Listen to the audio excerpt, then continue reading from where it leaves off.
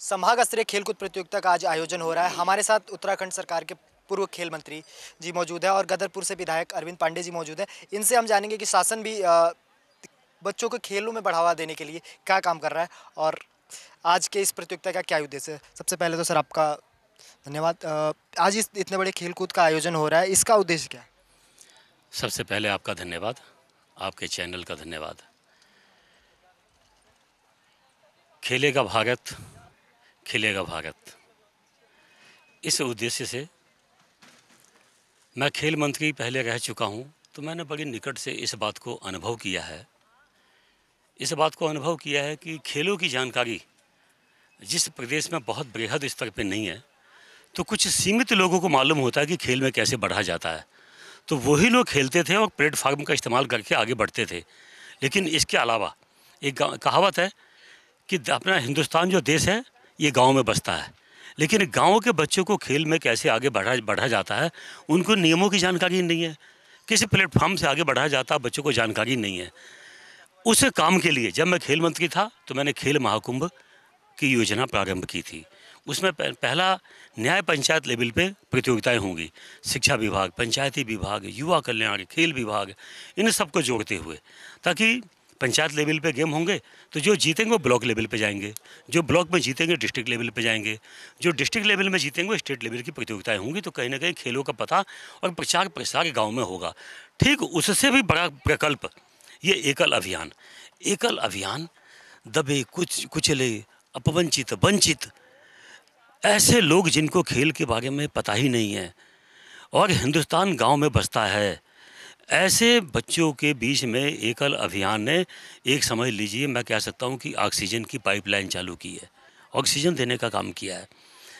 जो खेत में बच्चे काम करते हैं नई उम्र में ही, छोटी उम्र में घर का काम करते हैं, कुट्टी काटते हैं, घास काटते हैं, फावड़ा चलाते हैं, तो जितनी ताकत उनके हाथों में होती है उतनी ताकत सामान्य व्यक्ति के हाथ में नहीं हो सकती। और एकल अभियान इस बिल्कुल नीचे स्तर पर जाके गांव में प्रतिभाओं को तलाशने का काम किया है। निश्चित ही एकल अभियान बधाई की पात्र है। मैं इनको अपनी तरफ से बहुत बहुत शुभकामना देता हूं। और आप देख रहे हैं कि आज अंचल स्तर की प्रतियोगिता यहाँ हो रही है, स्टेट लेवल की प्रतियोगिता हो गई है। उसमें गांव के ये वो बच्चे हैं जिनको कभी किसी ने पूछा नहीं है, लेकिन बिना किसी सरकारी योगदान के, बिना किसी सहयोग के एकल अभियान ने अपने संसाधनों से इन गरीब बच्चों को उठाकर इतना बड़ा प्लेटफार्म दिया है।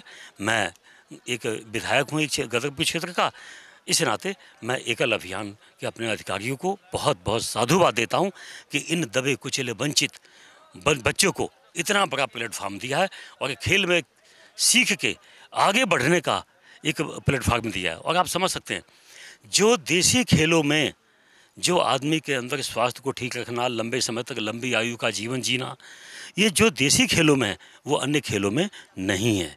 और अन्य खेलों में सिंथेटिक प्रोटीन है, पता नहीं कई कई तरह की खान पीन है, उससे आदमी मेडल तो जीत सकता है लेकिन उसकी आयु लंबी नहीं होगी। आप एग्जाम्पल इतिहास उठा के देख लीजिएगा। लेकिन जो देसी खेल है, इन देसी खेलों में जो फूड दिए जाते हैं वो भी देसी होते हैं, तो कहीं ना कहीं इसका बच्चों को लाभ होता है। और मैं पुनः इस भव्य आयोजन के लिए एकल अभियान को, इनके समस्त अपने अधिकारियों को मैं बहुत बहुत साधुवाद देता हूं जिन्होंने इतना अच्छा आयोजन किया है। साथ ही हमें बुलाया, हमको इज्जत मान सम्मान दिया, इसके लिए एकल अभियान के साथियों का बहुत बहुत धन्यवाद। सर एक सवाल मेरा है कि आज खेलों को लेकर जागरूकता की कमी है, साधन की कमी है, संसाधन की कमी है। आप सरकार में मंत्री भी रह चुके हैं, तो इसको आप कैसे देखते हैं, कैसे इन चीज़ों को दूर किया जाए? बिल्कुल, आप देख सकते हैं कि जब मैं खेल मंत्री था तो यहाँ मात्र क्या था आपको मालूम ही है, यहाँ इंडोर स्टेडियम भी ढंग का नहीं था।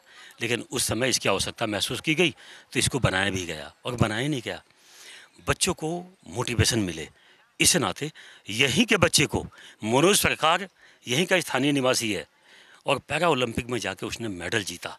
और मेडल जीता तो हमने यहाँ के बच्चों के अंदर एक बड़ा मैसेज देने के लिए, ताकि खेलोगे तो इतना बड़ा सम्मान मिलेगा, मेडल जीतोगे तो इतना बड़ा सम्मान भी हो सकता है।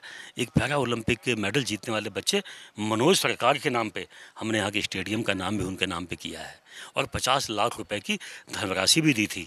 तो ये चीज़ें होती रहेंगी ना, तो कहीं ना कहीं बच्चे मोटिवेट होंगे। तो उस टाइम में हमने काम किया था। और आज अधिकांश जगह मैं अपने ज़िले में कह सकता हूँ, अपने ज़िले के प्रत्येक ब्लॉक में एक आध को छोड़ दिया। जैसे जसपुर है, जसपुर में मैं उस समय थोड़ी चूक हो गई, मैं कहता हूँ किसी कारण चूक हो गई टेक्निकली, लेकिन अधिकांश ब्लॉकों में हमने इंडोर स्टेडियम जहाँ जैसी मानक के अनुसार जैसा मानक था इंडोर स्टेडियम बनाने का काम किया, आउटडोर स्टेडियम बनाने का काम किया। और यही नहीं, जहाँ जहाँ वो स्थापनाएं बनाई उन सभी जगह कोच भी देने की व्यवस्था की गई, ताकि स्थानीय बच्चों को इकट्ठा करके वो कोच उनको कोचिंग दे, ताकि स्थानीय स्तर के बच्चे खेल में आगे बढ़ें। चलिए, बहुत बहुत धन्यवाद आपका हमारे साथ जुड़ने के लिए।